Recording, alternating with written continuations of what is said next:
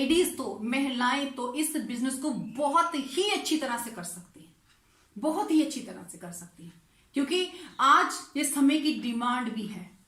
आज जरूरी है कि हम इस चीज के ऊपर वर्क करें, हम इसको सीखें और सीख के आगे बढ़े। देखिए आज मैं अपनी स्क्रीन पे देख पा रही हूं, आज मेरी इतनी सारी मेरी बहनें बैठी हुई हैं इंडिया के अलग अलग कोनों से, जहां पे जो गर्ल्स बैठी हुई हैं। कोई अपने घरों से मीटिंग को अटेंड कर रहा है, कोई अपने ऑफिस से अटेंड कर रहा है, कोई अपने बंगलों से कर रहा है, कोई अपने जो है वो क्लासरूम से कर रहा है, कुछ ग्रुप बना के बैठे हुए हैं, कुछ क्लासरूम बना के बैठे हुए हैं। हर तरह से लेडीज जहां पे जो है वो मीटिंग को अटेंड कर रही हैं।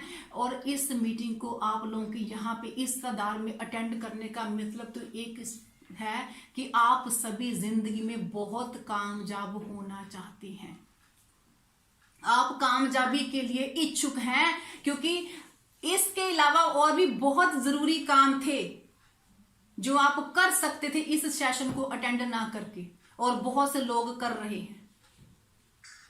जिनको और चीजों में सक्सेसफुल होना है वो और चीजों पे काम टाइम लगा रहे हैं, लेकिन आप लोग यहां बैठ के अपना टाइम इन्वेस्ट कर रहे हो। इसका मतलब कि आप जिंदगी में बहुत ज्यादा कामयाब होना चाहते हो, बहुत ज्यादा कामयाब होना चाहते हो। और माय डियर फ्रेंड्स, डेफिनेटली आप बहुत कामयाब होगी। जो व्यक्ति अपने टाइम को इन्वेस्ट करता है, टाइम उसको जरूर कामयाब करता है। और इसके साथ ही मैं थैंक्स करूंगी अनुराग सर का, आज उनके कारण आज मेरा एक बहुत बड़ा सपना जो है वो साकार हुआ है। एक बहुत बड़ा और सपना मेरा था, जब मैंने वर्किंग स्टार्ट की थी तो मेरा एक सपना था कि मैं एक ऐसा सेमिनार लगाऊं जिसमें सारी लेडीज हों या फिर मैक्सिमम लेडीज हों। मेरा बहुत सपना था, मेरा बहुत मन था, और मैंने इस सपने को कभी मरने नहीं दिया। ये मेरा सपना जिंदा रहा, मैं इसको पल पल पल पल पल पल पल पल जीती थी कि मैं एक ऐसा वेबिनार, एक ऐसा सेमिनार लगाऊं जिसमें मैक्सिमम लेडीज हों। तो माय डियर फ्रेंड्स, आज मेरा वो सपना साकार हुआ है।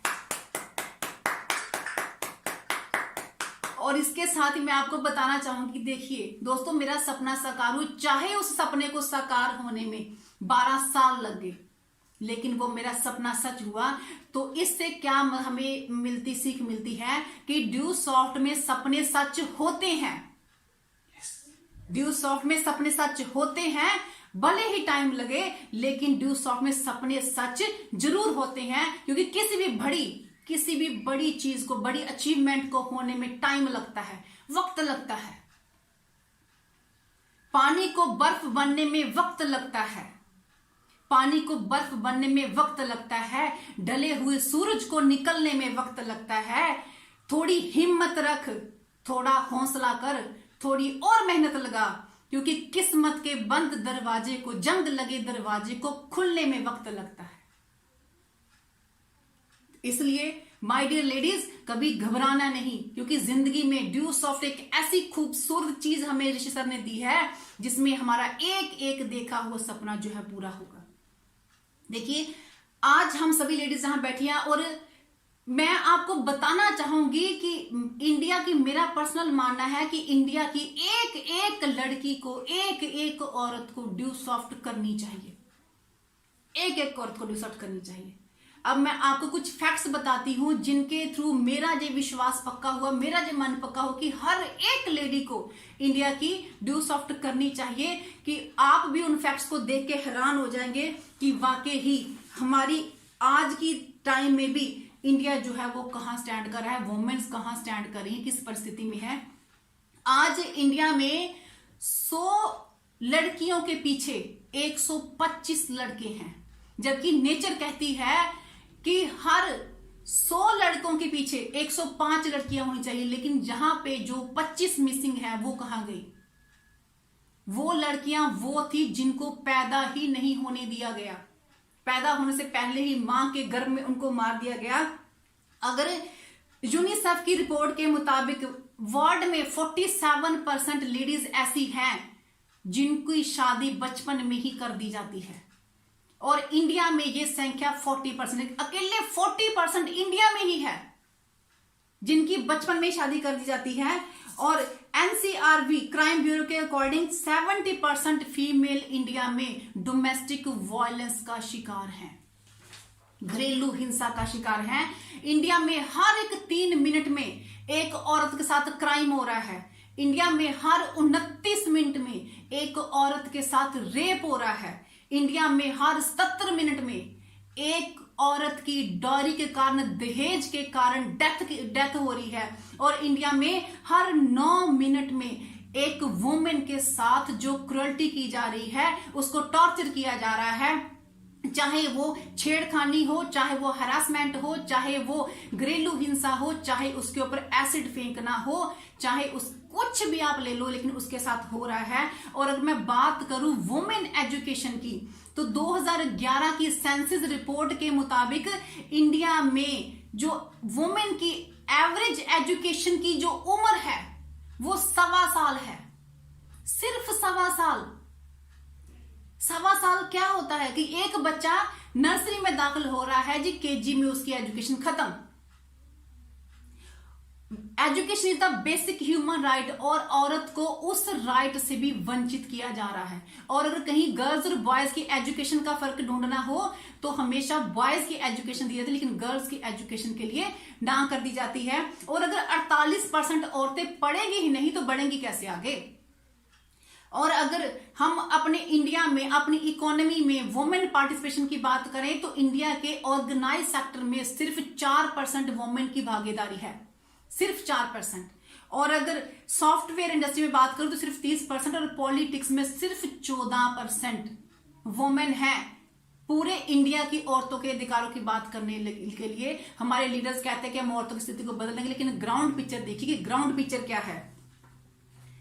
और जो है वर्ल्ड में 71 से 75% तक जो है अमेरिका में औरतों की पार्टिसिपेशन है देश को आगे लेके जाने के लिए।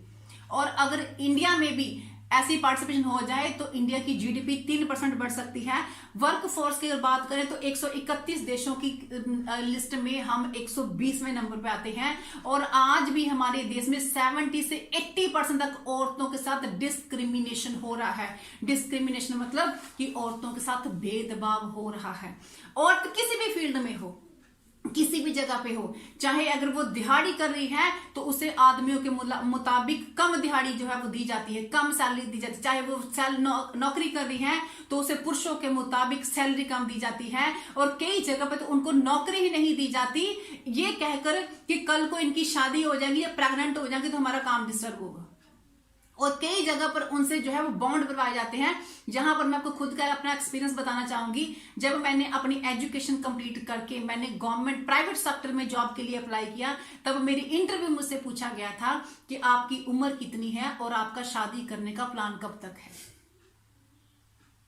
क्योंकि उनका था, कहते अगर शादी आपने अगर 1-2 साल में शादी करनी है तो फिर हम आपको सैलरी जॉब नहीं देंगे, क्योंकि 1 साल तो आपको सेट होने में लगेगा, दूसरे साल आप शादी कर लोगे तो हमारा तो सेशन खराब हो जाएगा, तो इसलिए हम नहीं देंगे। देन मैंने कहा कि मेरी भी 4-5 साल शादी करने का कोई इरादा नहीं है, तब मुझे जॉब दी गई। और आज भी हर जगह पे लेडीज से बॉन्ड बनवाए जाते हैं कि इतने साल तक आप शादी नहीं करोगे अगर आपको जॉब करनी है तो। इतना भेदभाव है, जिसका जहां बस चलता है वो वहां उसको टॉर्चर करता है। ये तो मैं बात कर रही हूं जो जॉब सेक्टर की। अगर मैं बात करूं अपने घरेलू सेक्टर की, तो आप अपने घरेलू अपने आसपास देखिए, आप अपनी दादी को, नानी को, मामी को, चाची को, माँ को, आप अपनी भाभी को देखिए, आप अपनी बहन को देखिए, और आप अपने आप को देखिए।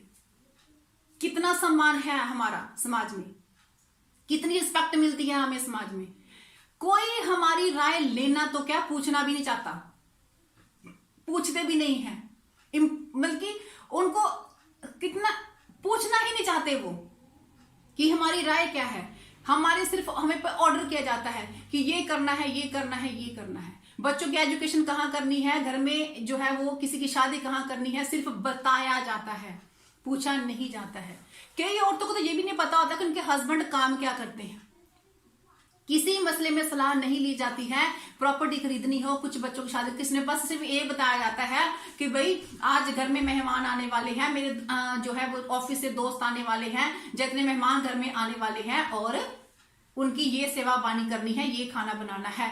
कोई ये नहीं पूछता कि वो खाना बनाने की स्थिति में है भी या नहीं, उसका मन है भी या नहीं, वो चाहती भी है करना, कोई नहीं पूछता, क्योंकि सबका मानना है कि ये तो हाउसवाइफ है, ये तो कुछ करती नहीं है, तो सारा दिन घर में पड़ी रहती है, टीवी देखती है, मोबाइल देखती है, इतना तो करे,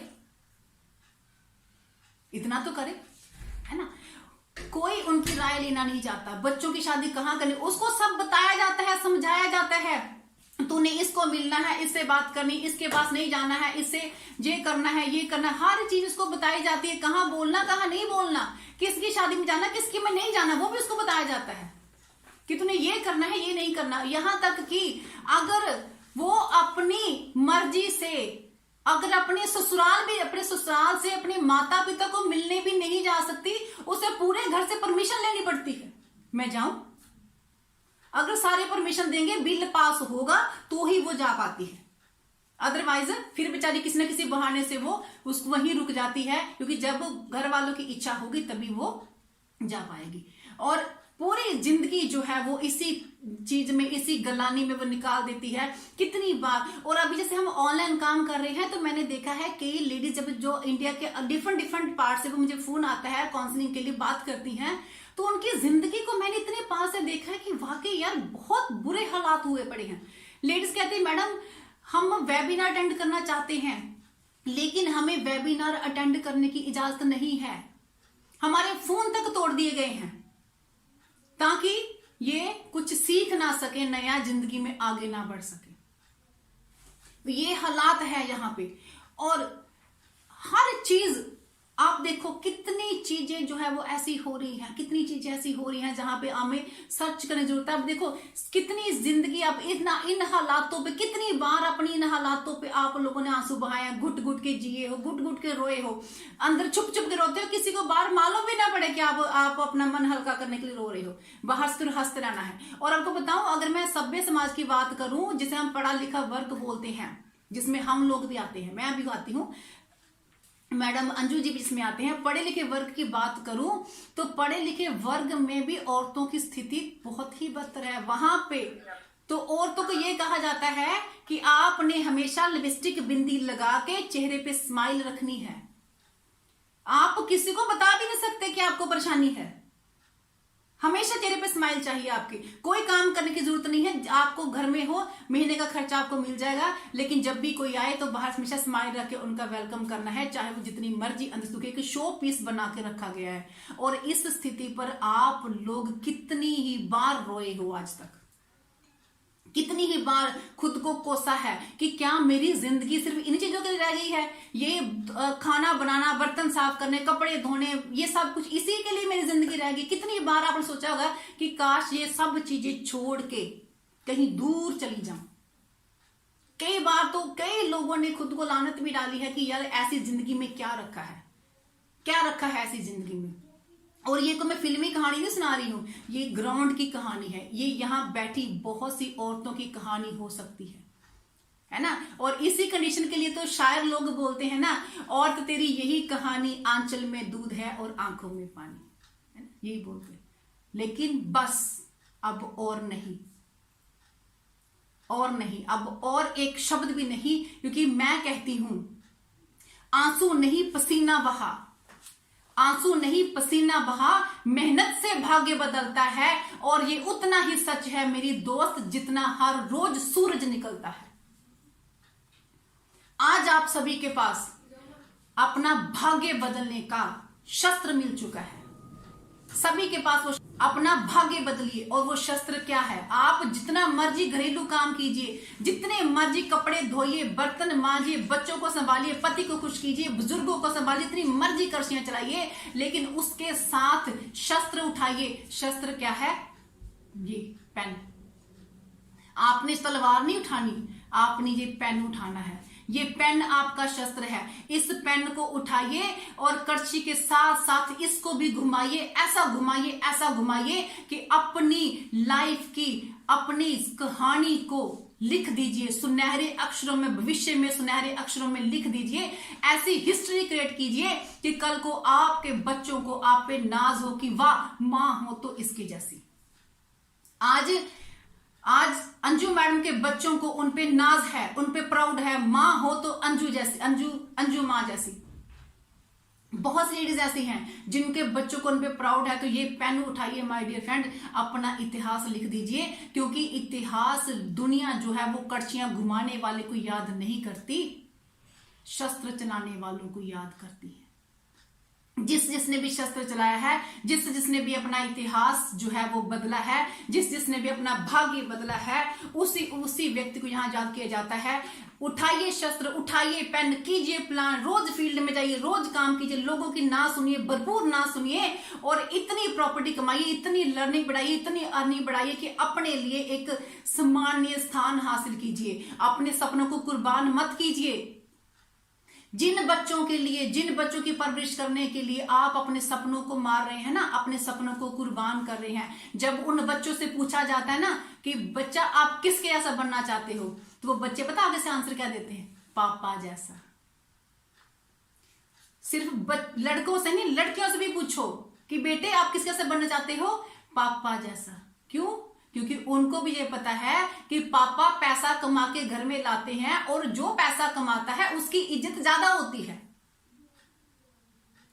इसलिए घर में पैसा लेके आना है, क्योंकि पैसा लाएंगे तो, सही कह रही दीदी, पैसा लाएंगे तो इज्जत भी बढ़ेगी, मान सम्मान भी बढ़ेगा, रिस्पेक्ट भी बढ़ेगी, प्यार भी बढ़ेगा, और आपको वो जो चीज अपने आप देखो, कल को आपको प्राउड फील होगा आपके बच्चों को भी कि वाकई ही ये औरत मेरी मां थी।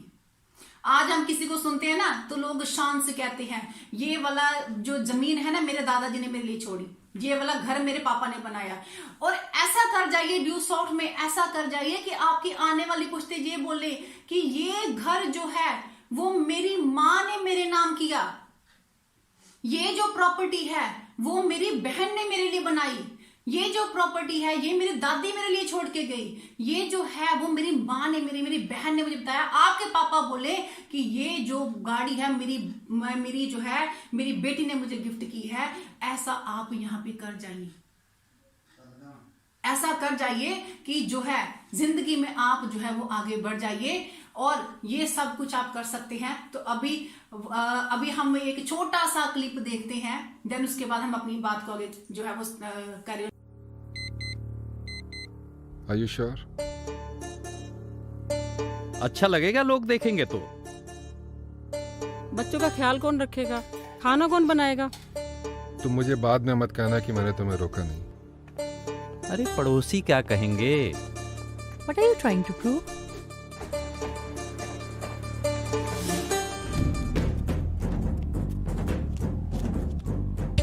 न्यूज़ पे नहीं देखती हो तुम, क्या क्या हो रहा है आजकल यार? अरे अपनी उम्र देखो, कोई बच्ची थोड़े ना हो। अरे यही क्यों करना है, योगा ही कर लो ना घर पे। एक हाउसवाइफ का वर्कआउट तो खाना बनाने में ही हो जाता है। शादी हो गई है, बच्चे हो गए हैं, ये सब अच्छा लगता है क्या?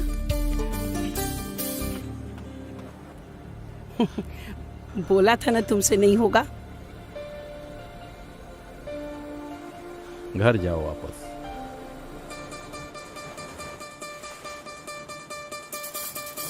What are you trying to लगेगा लोग देखेंगे तो। तुम्हारी एक दादी नानी हाउसवाइफ का दौड़ी थी वर्कआउट कभी? खाना क्यों बनाने में अपनी ही हो सेफ्टी जाता को है। रिस्क पे डालना है? ऐसे कपड़े पहन के दौड़ो, बात सुनोगे या नहीं? कभी कभी टोकने वालों से लड़ना नहीं, भागना चाहिए।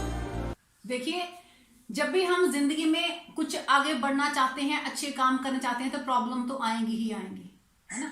प्रॉब्लम तो आनी ही आनी है, क्योंकि जिंदगी है, जिंदगी में प्रॉब्लम तो आनी ही आनी है। और फिर जो घर बुजुर्गों के, समाज के जो समझदार व्यक्ति होते हैं ना, जो अपने आप को बड़ा समझदार समझते हैं, फिर वो हमें तरह तरह की नसीहतें भी देते, फिर हमें समझाया जाता है, हमें जो है वो गाइड किया जाता है कि आपने क्या करना है, क्या नहीं करना है, क्या आपके लिए फायदेमंद है, क्या आपके लिए नुकसानदेह हो सकता है। तो ये सारी चीजें जो है ना वो हमें समझाई जाती हैं, तो बताई जाती हैं कि कैसे आपको जिंदगी में और भी आगे बढ़ना है। थोड़ा सा मुझे लगता है कि तो इसलिए माय डियर फ्रेंड्स, मैं आपसे यही कहना चाहूंगी कि कोई कुछ भी कहे, कोई कुछ भी समझाए, जो भी कोई प्रॉब्लम आपको आए, बस आप लोग पीछे मत हटिएगा, कभी पीछे मत हटिएगा। अपने सपनों के लिए जिए, अपने सपनों के लिए मरिए, उसके लिए संघर्ष करिए, उसके लिए एफर्ट करिए, उसके लिए दिन रात तो इसलिए देखिए गवर्नमेंट भी हमारी बहुत सी जो है पॉलिसीज को इम्प्लीमेंट कर रही है, वुमेन्स को ऊपर उठाने के लिए बहुत सी पॉलिसीज को वो उसने भी स्टार्ट किया है ताकि वुमेन जो है वो ऊपर उठ सके, जिसमें औरतों की स्थिति को सुधारने के लिए, बच्चों की एजुकेशन को बढ़ाने के लिए, जैसे हमने बेटी पढ़ाओ बेटी बचाओ पॉलिसीज लागू की है। और इसमें मैंने एक और शब्द ऐड किया है, बेटी बचाओ बेटी पढ़ाओ, और साथ में बेटी को आत्मनिर्भर बनाओ, क्योंकि आत्मनिर्भर बनेगी बेटी तभी तो बचेगी बेटी, है ना। इसलिए हमेशा अपने सपनों के लिए जिए। यूएन ने भी यूएन वुमेन विंग की 2011 में जो स्थापना की थी वुमेन एम्पावरमेंट के लिए काम करने के लिए, जो वुमेन की स्थिति को जो बेहतर बनाने के लिए, अच्छा बनाने के लिए जो काम कर रही है।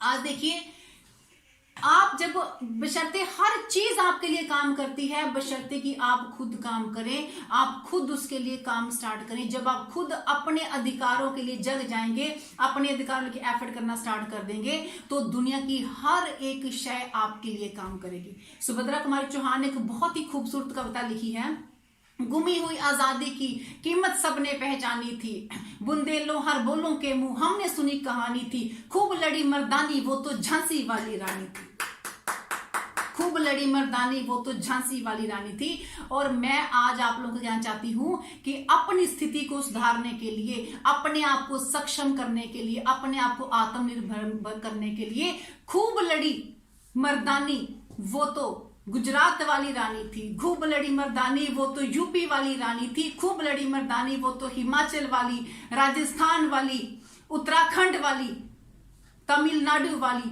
पूरे भारत की रानी थी, हर घर घर की रानी थी, जिसने अपनी कंडीशन को सुधारने के लिए जिसने मैदान में उतरी। एक रानी लक्ष्मीबाई थी जिसने अपने बच्चों के अधिकारों के लिए, अपनी आजादी के लिए, वो अंग्रेज जो अपने अधिकारों के लिए, अपने आत्म सम्मान के लिए, अपनी रिस्पेक्ट के लिए, अपने परिवार के सपनों को पूरा करने के लिए, बच्चों के सपनों को, सुनहरे भविष्य के लिए हम जो है वो इस समाज से लड़ेंगे नहीं, अपना हक मांगेंगे, जो हमारा है वो मांगेंगे और मेहनत करेंगे, मेहनत करके आगे बढ़ेंगे और वो अपना नाम देखिए मैंने जैसे पहले कहा कि समाज के जो समझदार व्यक्ति हैं वो हमें समझाते हैं, उनकी नैतिक जिम्मेदारी होती है ना लड़कियों को, औरतों को समझाना, तो वो हमें समझाते हैं कि तुमसे नहीं होगा, रहने दो। लेकिन माय डियर फ्रेंड्स, आपने पीछे नहीं हटना, आपने प्रूव करके दिखाना है कि औरतें सब कुछ कर सकती हैं, जैसे मैंने आपको बोला कि खूब लड़ी मर्दानी वो तो झांसी वाली रानी थी। इस मर्दानी शब्द का अर्थ जो है वो आदमी नहीं है, पुरुष नहीं है। इसमें मर्दानी शब्द जो है वो पुरुषार्थ है, वो हिम्मत है, वो हौसला है जो हमसे असंभव काम भी करवा जाता है। आप लोग हॉस्पिटल में गए होंगे, हॉस्पिटल में जाके कई बार अपने मैटरनिटी वार्ड में देखा होगा, वहां पे एक लाइन लिखी होती है, labour with extreme pain will give birth to a new life. Extreme pain के साथ लेबर करनी, अगर आपको एक नई जिंदगी को जन्म देना है। साइंस कहती है कि अगर 7 डेसिबल पेन हो जाए तो एक आदमी की डेथ हो सकती है, और एक औरत एक बच्चे को जन्म देने के लिए 11 डेसिबल पेन सहन कर जाती है। इतनी पावर कहां से आती है उसमें, इतनी ताकत कहां से आती है? साइंस के पास का कोई जवाब नहीं है, साइंस के पास, लेकिन मेरे पास जवाब है। क्योंकि वो औरत इतनी पेन क्यों सहन कर जाती है? क्योंकि उसको पता है कि मैंने एक नई जिंदगी को जन्म देना है, मैंने एक नए जीवन को जन्म देना है, इसलिए पेन की तरफ उसका कभी ध्यान ही नहीं जाता, क्योंकि उसको तो एक नई जिंदगी को जन्म देना है। और अगर हम एक नई जिंदगी को जन्म देने के लिए 11 डेसिबल पेन सहन कर सकते हैं, तो क्या हम अपने अस्तित्व के लिए, अपनी पहचान के लिए, अपने नए जन्म के लिए, अपनी स्थिति को सुधारने के लिए थोड़ी सी पेन सहन नहीं कर सकते? थोड़ी सी बातें सहन नहीं कर सकते? कर सकते हैं। हम सभी कर सकते हैं। और जिन जिन लोगों ने पेन सही है, आज इतिहास में उनकी एग्जाम्पल दी जाती हैं। जिस जिस औरत ने पेन सही है, आज इतिहास में उसको जाना जाता है। चाहे वो मैं कुछ आपको नाम बताऊंगी, कुछ नाम बताऊंगी, थोड़े से नाम बताऊंगी, बिल्कुल इंडियन वुमेन्स के, जिनको आप सभी भी जानते हैं। अगर मैं बात करूं, पहली इंडियन शिक्षक महिला सावित्री बाई फुले, जिसने औरतों की एजुकेशन के लिए पहला स्कूल खोला। हमारी iron lady Shrimati Indira Gandhi ji, first prime minister, lady prime minister of India. Shrimati Pratibha Patil ji, first lady president of India. Shrimati Meera Kumar ji, first Lok Sabha speaker of India. और किरण बेदी जी, IPS ऑफिसर जो इन इंडिया। और Sarojini Naidu, first Indian born president of Indian National Congress. Anna Chandy, first lady जज in India, first lady जज इन India.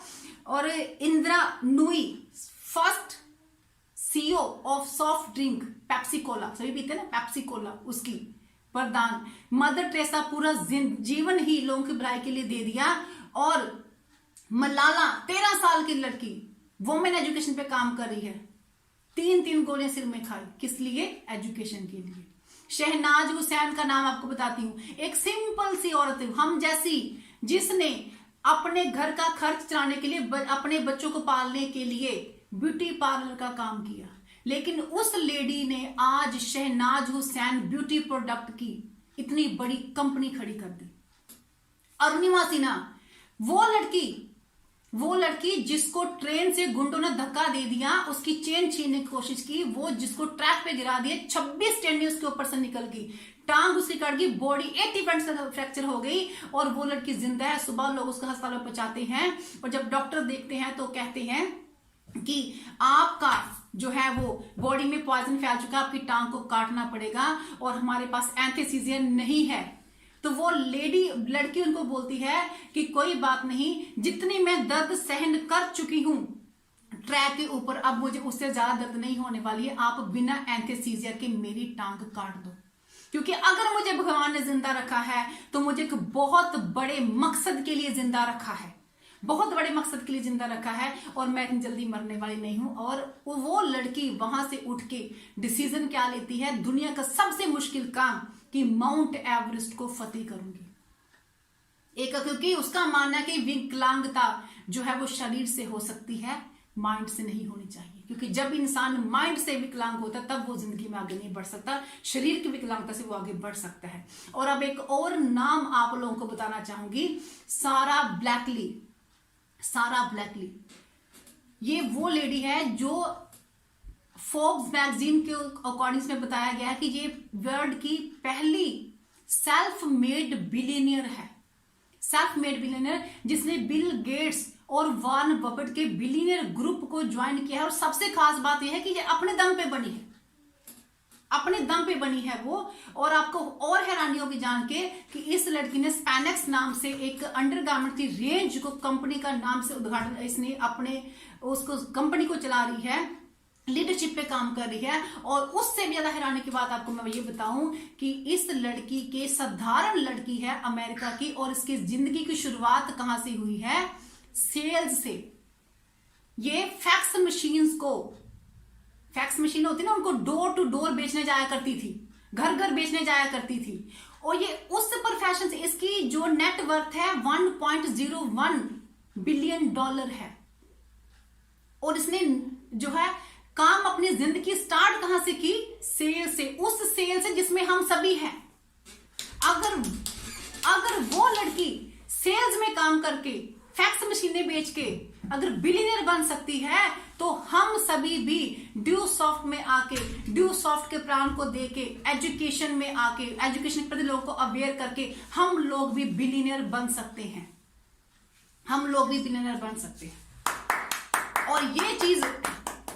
और ये चीज हमारी बहुत सी ड्यू सॉफ्ट लेडीज जो है वो ऑलरेडी कर रही हैं। बहुत सी लड़कियां यहाँ पे 1.5 लाख हफ्ते में पहुंची हैं, बहुत सी लेडीज पहुंची हैं। तभी तो मैं कहती हूं, कोमल है कमजोर नहीं तू, शक्ति का नाम ही नारी है, जग को जीवन देने वाली मौत भी तुझसे हारी है, जो मनवा दे अपना लोहा वो भारत की नारी है। जो मनवा दे अपना लोहा वो भारत की नारी है, जो रच दे इतिहास वो ड्यू सॉफ्ट की नारी है, और ड्यू सॉफ्ट की नारी हर एक पे भारी है, हर एक पे भारी है। इसलिए माय डियर फ्रेंड्स, कभी किसी बात की टेंशन लेनी, आपके अंदर वो पावर है जो बड़े बड़े लोगों के पास पावर नहीं होती है। आप वो कर सकते हो जो आज तक कोई दुनिया में कोई इतिहास कर नहीं सका, जो रचा नहीं, आप वो चीजें कर सकते हो। बस जरूरत है तो हिम्मत करने की, डिसीजन लेने की, आगे बढ़ने की, और जब आप डिसीजन ले लोगे, आगे बढ़ जाओगे, तो जिंदगी में हर एक स्टेप पे आप काम कर पाओगे। और माय डियर फ्रेंड्स, आपको थोड़ा सा ये बताना चाहूंगी, देखिए जिंदगी, कहते हैं ना कि अगर एक सक्सेसफुल पर्सन के पीछे, आदमी के पीछे एक औरत का हाथ होता है, तो ये भी इतना, उसका उल्टा भी इतना ही सच है। हर एक कामयाब औरत के पीछे एक कामयाब व्यक्ति का हाथ होता है। मेरी जिंदगी में 2 पुरुष आए हैं जिन्होंने मुझे कामयाब किया है। एक मेरे पापा मेरी जिंदगी में आए हैं जिन्होंने मुझे जीवन लेने का अधिकार दिया, जिन्होंने मुझे दुनिया दिखाई, जिन्होंने मुझे पढ़ाया लिखाया और इस काबिल बनाया कि मेरी जिंदगी में सुशील अत्री आए। और दूसरे मेरी जिंदगी में सुशील अत्री आए जिन्होंने मुझे ड्यू सॉफ्ट से रूबरू कराया और मुझे इस काबिल बनाया, मुझे इस लेवल पे लेके आए, मुझे ड्यू सॉफ्ट में मुझे सिखाया, आगे बढ़ाया, ताकि मैं आज आप सभी के सामने बोल पा रही हूं। तो इसलिए मैं आप सभी से ये रिक्वेस्ट करना चाहूंगी, अपने जितने भी मेरे यहाँ हमारे मेल भाई बैठे हैं, मैं सभी से रिक्वेस्ट करना चाहूंगी कि आपके घर की जितनी भी स्त्रियां हैं, जितनी भी औरतें हैं, उनको आगे आने दीजिए, उनको सपोर्ट कीजिए, उनको सपोर्ट कीजिए, उनको आगे बढ़ाइए, उनको उड़ने दीजिए, उनकी पंखों को खोल दीजिए, क्योंकि औरत जननी है। नेचर इज शी नॉट ही। औरत के अंदर पूरा संसार बसा है। औरत वो कर सकती है जो आज तक किसी ने सोचा नहीं है। तो उसके पंखों को खोल दीजिए, उसको उड़ने दीजिए, क्योंकि जब वो उड़ेगी, जब वो उस कीर्तिमान स्थापित करेगी, तो सबसे ज्यादा सेहरा जो आप लोगों के सिर ही बंधेगा। ये कहते हैं ना, जिंदगी हो जा जंग, जिंदगी हो जा जंग, परिवार का साथ बेहद जरूरी है। और यहीं पर मैं अपनी सिस्टर्स को भी कहना चाहूंगी, मेरी वो सिस्टर्स जो ड्यू सॉफ्ट में फ्रंट पे आके काम नहीं कर रही हैं, लेकिन वो उनके घर में जो मेल मेंबर है वो काम कर रहे हैं, मैं आप सभी से ये कहना चाहूंगी कि आप अपने घर की मेल्स को जो है वो प्रेरित करें, मोटिवेट करें, उनको सपोर्ट करें, उनका सहारा बने, उनको और आगे बढ़ने के लिए, और आगे बढ़ने के लिए, और काम करने के लिए, और मेहनत करने के लिए उनको प्रेरित करें। क्योंकि एक बात समझिए, वो जो भी कुछ कर रहे हैं, जैसा भी कर रहे हैं, वो आप सभी के लिए ही कर रहे हैं। मैं यहाँ पे आपको छोटी सी बात बताना चाहूंगी। जब सुशील जी, क्योंकि पहले मैंने बताया कि पहले जब हम ऑफलाइन काम करते थे तो हमारे इनके टूर जो थे वो 10-10, 15-15 दिन के होते थे। तो ये एक बार ये ऐसे ही हैदराबाद टूर पे गए हुए थे, तो पीछे मदर इन लॉ मेरे पास थी और मदर इन लॉ को पैरालाइज का अटैक आ गया। अब जहां तो मैं ये करती, इनको उसी टाइम फोन घुमाती, जी मम्मी तो बीमार पड़ गए, अब सब काम धाम छोड़ के वापस आ जाओ और आके मम्मी का इलाज कराओ।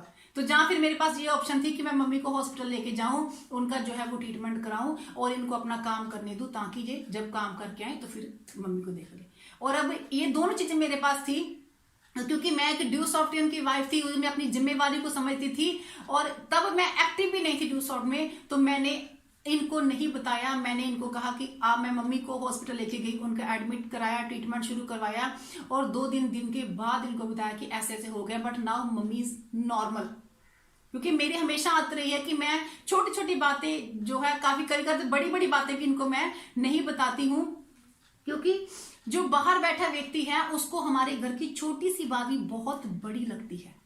तो इसलिए मैंने इनको नहीं बताया। और जब ये अपना टूर अपना वहां से खत्म करके घर आए तो ये बहनों ने मम्मी को आके देखा, तो मम्मी जो थी बिल्कुल नॉर्मल थी। ये इतने खुश हुए, इन्होंने मुझे गले से लगाया और मुझे थैंक यू बोला कि तूने मेरे पीछे से मेरी जिम्मेवारियों को संभाला, जबकि मेरी भी वो जिम्मेदारी थी, मेरी संभाला है और मैं आपकी बदौलत मैं वहां पे इतना अच्छा काम कर पाया हूं। तो इसलिए माय डियर फ्रेंड्स, बहुत से टाइम ऐसे जिंदगी में आते हैं जब हमें प्रूव करना होता है कि हम अपने पति का लेफ्ट हैंड है, उनके कंधे से कंधा मिला के चलना है। तो इसलिए जितनी भी प्रॉब्लम्स आपको, जितनी भी प्रॉब्लम को आप जो हैंडल कर सकते हो उनको खुद कीजिए। कभी छोटी छोटी बातों को अपने पति जो घर से बाहर होते हैं उनको मत बताइए, क्योंकि छोटी सी प्रॉब्लम उनके लिए बहुत बड़ी होती है, बहुत बड़ी उनके लिए होती है और उनका जो विश्वास जो टूट जाता है। और कई बार स्टार्टिंग डेज में ये भी होता है कि हम एफर्ट ज्यादा करते हैं लेकिन रिजल्ट कम आते हैं।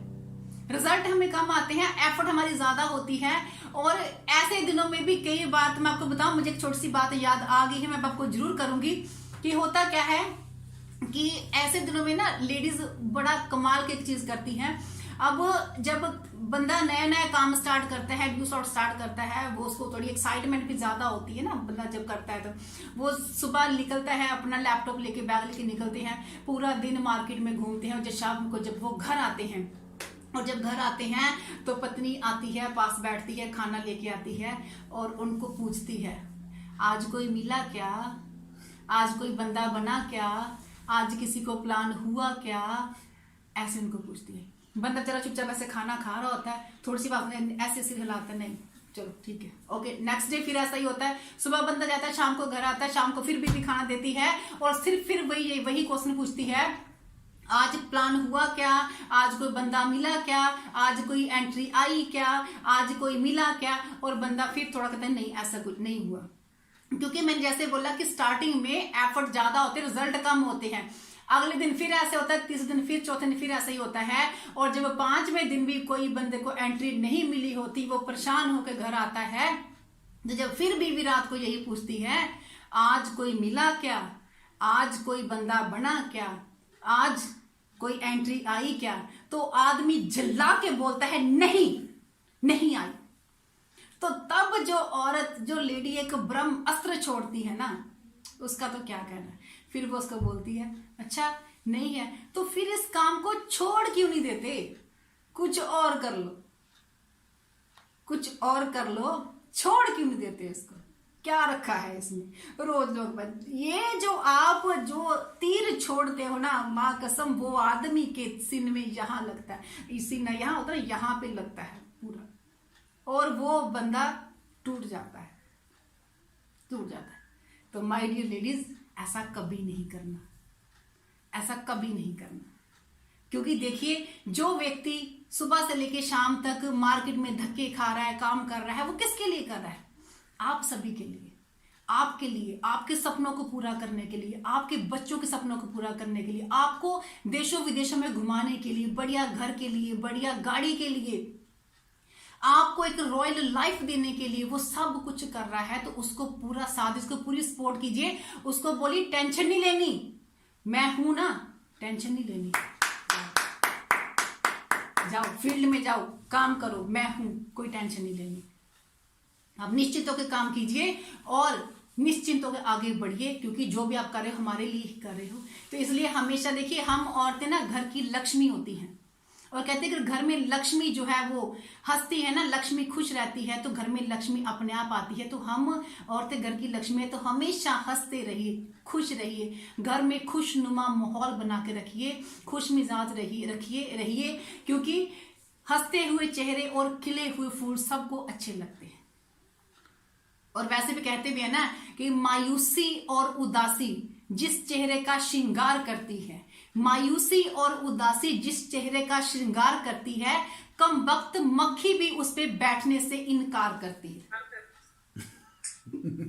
इसलिए हमेशा हंसते रहिए, मुस्कुराते रहिए, आगे बढ़ते रहिए। और देखिए, अब वो टाइम आ गया है जब हमने ड्यू सॉफ्ट में वो करके दिखाना है जो आज तक नहीं हुआ। अब टाइम आ गया है ड्यू सॉफ्ट में इतिहास रचने का। हम एक इतनी ग्रेट मार्केटिंग के साथ हैं, इतनी बड़ी कंपनी के साथ हैं, जो हमें फर्श से उठा के अर्श पर बिठा देगी, जो हमारी हर एक इच्छा को, हर एक सपने को, हर एक चीज को वो पूरा करेगी, जो चीज हम सोचते हैं। और हम हर वो चीज कर सकते हैं जो चीज हम सोचते हैं।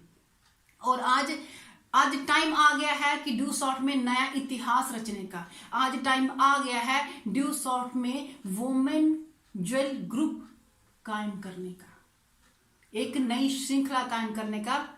क्योंकि आज तक जो वुमेन जो ज्वेल ग्रुप है, ड्यू सॉफ्ट का जो ज्वेल ग्रुप है, उसमें कोई भी इंडिपेंडेंट वुमेन ज्वेल नहीं है। तो अभी वो जगह जो खाली पड़ी है, और अब देखते हैं कि उस जगह पर कौन कितनी जल्दी भरता है, कौन नई first jewel of due soft, first lady of jewel of due soft जो बन के आती है, कौन ये रिकॉर्ड अपना नाम करता है। क्योंकि पहली एंट्री, पहला चेक, पहला कैप अचीवर, पहला रॉयल्टी होल्डर ड्यू सॉफ्ट में हमेशा याद किया जाता है। हमेशा याद किया जाता है। और पहली वोमेन ज्वेल इतिहास के सुनहरे अक्षरों में अपना नाम लिखवाएगी। अब देखते हैं कि कौन जो है वो पहली वोमेन ज्वेल बन के आती है। और मैं तो आप सभी से लास्ट में यही कहूंगी कि सभी जो है एक मिशन लेके चलिए कि घर घर में ड्यू सॉफ्ट को पहुंचाना है, घर घर में ड्यू सॉफ्ट को पहुंचाना है। कहते हैं ना लगा दो आग पानी में, शरारत हो तो ऐसी हो, घर घर में पहुंचा दो ड्यू सॉफ्ट, बगावत हो तो ऐसी हो। इसलिए हमेशा घर घर में, इंडिया के घर घर में, कोने कोने में ड्यू सॉफ्ट जो है पहुंचनी चाहिए, ड्यू सॉफ्ट में पहुंचनी चाहिए। लगा दो जोर, जितना जोर है तुम में लगा दो। कुछ लोगों को मैं जगाती हूं, कुछ को आप जगा दो। तो लास्ट में अपने मैसेज को वाइंड अप कर रही हूं, चंद शब्द बोलूंगी। अभी तो जिंदगी की असली उड़ान बाकी है, अभी तो जिंदगी की असली उड़ान बाकी है, अभी तो जिंदगी के असली इम्तिहान बाकी है। अभी तो नापी है मुट्ठी भर जमीन, अभी तो पूरा आसमान बाकी है। अभी तो उड़ाए हैं चंद परिंदे, अभी तो इस बाज की उड़ान बाकी है। Thank you so much all of you. आप सभी ने मुझे इतने धैर्य से, इतने प्यार से सुना। Thank you so much. और आप सभी को थोड़ा सा बताना चाहूंगी, सुनीता अत्री के नाम से मेरा यूट्यूब चैनल है, आप उसको सब्सक्राइब कर सकते हैं, उसमें से काफी आपको मेरे वीडियोस मिल जाएंगे। तो थैंक यू अंजू दीदी, Sanjay Diwan sir, thank you Anurag sir, thank you Happy sir, वो भी आए थे। और special thank to Rishi sir, thank you so much sir कि आप मुझे आशीर्वाद देने के लिए 2 मिनट के लिए आप यहाँ पे आए। तो thank you so much sir. ऐसे ही अपना आशीर्वाद मुझ पे हमेशा बनाए रखिए, ताकि मेरी कोशिश हमेशा ये रहेगी कि मैं और अच्छे से परफॉर्म कर सकूं। Thank you all of you, thank you.